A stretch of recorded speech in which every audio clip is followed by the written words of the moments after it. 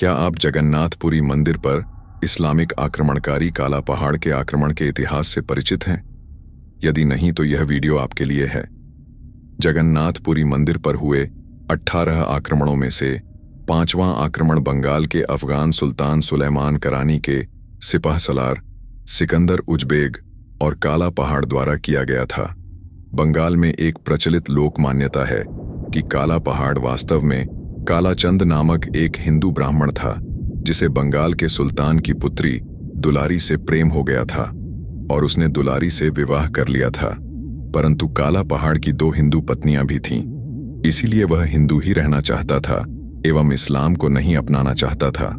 परंतु कालाचंद के इस नवीन विवाह को सामाजिक स्वीकृति नहीं मिली, जिसके कारण वह प्रायश्चित करने जगन्नाथपुरी मंदिर गया। परंतु पुरी मंदिर के पुरोहितों ने उसे शास्त्रों के अनुसार मंदिर में प्रायश्चित करने की अनुमति नहीं दी, जिसके कारण वह हिंदू धर्म से विमुख हो इस्लाम की ओर प्रवृत्त हो गया और उसने हिंदू धर्म का नाश करने के सौगंध उठाई और बंगाल के सुल्तान के सरपरस्ती में अपनी सौगंध पूर्ण करने का प्रयास करते हुए जगन्नाथपुरी मंदिर पर आक्रमण किया। हालांकि अधिकतर इतिहासकार इस लोक कथा को सत्यापित नहीं करते, क्योंकि फारसी तारीखों में जहां एक और मलिक काफूर के हिंदू होने का वर्णन है, परंतु काला पहाड़ के हिंदू होने के प्रमाण हमें नहीं मिलते, एवं काला पहाड़ अफगान सरदारों द्वारा उपयोग किए जाने वाली उपाधि थी, जिसे पूर्व में बहलोल लोधी के संबंधियों ने भी धारण किया था। इतिहासकारों के अनुसार जगन्नाथपुरी मंदिर पर आक्रमण का समयकाल राजनीतिक परिस्थितियों का परिणाम भी था।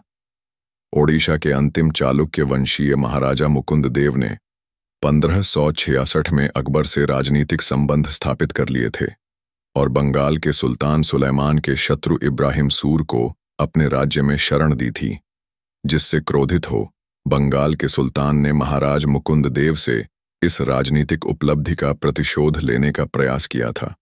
और जब अकबर चित्तौड़गढ़ के सैन्य अभियान में व्यस्त था, तब महाराज मुकुंद देव पर आक्रमण कर दिया, जिसकी कमान उसने सौंपी थी। सिकंदर उज़्बेक और काला पहाड़ के हाथ में महाराज ने प्रतिकार किया।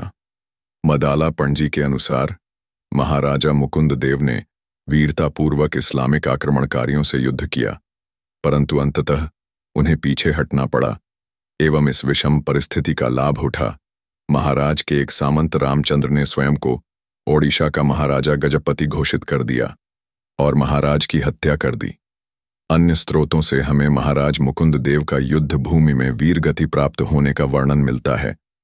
ऐसा ही एक स्रोत 2 विश्वासघाती सेनापतियों का उल्लेख करता है, जिन्होंने काला पहाड़ को महाराज की सेना के एक गुप्त मार्ग की सूचना दे दी थी, जिसके कारण ओडिशा की सेना पर हुए आकस्मिक आक्रमण के कारण हिंदू सेना को भारी प्राणहानि उठानी पड़ी। जब काला पहाड़ ने कटक एवं रामचंद्र देव की हत्या कर सारंगगढ़ को अपने अधीन कर लिया, तो इस्लामिक फौज की कुदृष्टि जगन्नाथपुरी मंदिर पर पड़ी। मदाला पंजी के अनुसार जब मंदिर के पुरोहितों को यह सूचना प्राप्त हुई कि इस्लामिक फौज ने कटक पर अधिपत्य कर लिया है और फौज के कदम पुरी की ओर बढ़ रहे हैं, तो उन्होंने जगन्नाथपुरी के समस्त विग्रहों को चिलिका झील के निकट छुपा दिया। परंतु काला पहाड़ को यह भी पता चल गया और उसने विग्रहों को हाथियों पर रखवाकर गंगा घाट पर लाकर जला दिया। इन जल चुके विग्रहों की पुनः स्थापना की। एक संत बिशर मोहंती ने उन्होंने भगवान जगन्नाथपुरी मंदिर के विग्रहों के अवशेषों में स्थित ब्रह्म पदार्थ को मृदंग में रखकर हिंदुओं के संरक्षण में लाए, जिसके पश्चात भगवान जगन्नाथ के ब्रह्म पदार्थ को राजा रामचंद्र ने गोपाल मंदिर में स्थापित किया, जिन्हें कुछ समय पश्चात जगन्नाथपुरी मंदिर लाया गया और ब्रह्म पदार्थ को मंदिर के विग्रहों में पुनः प्रतिष्ठित किया गया।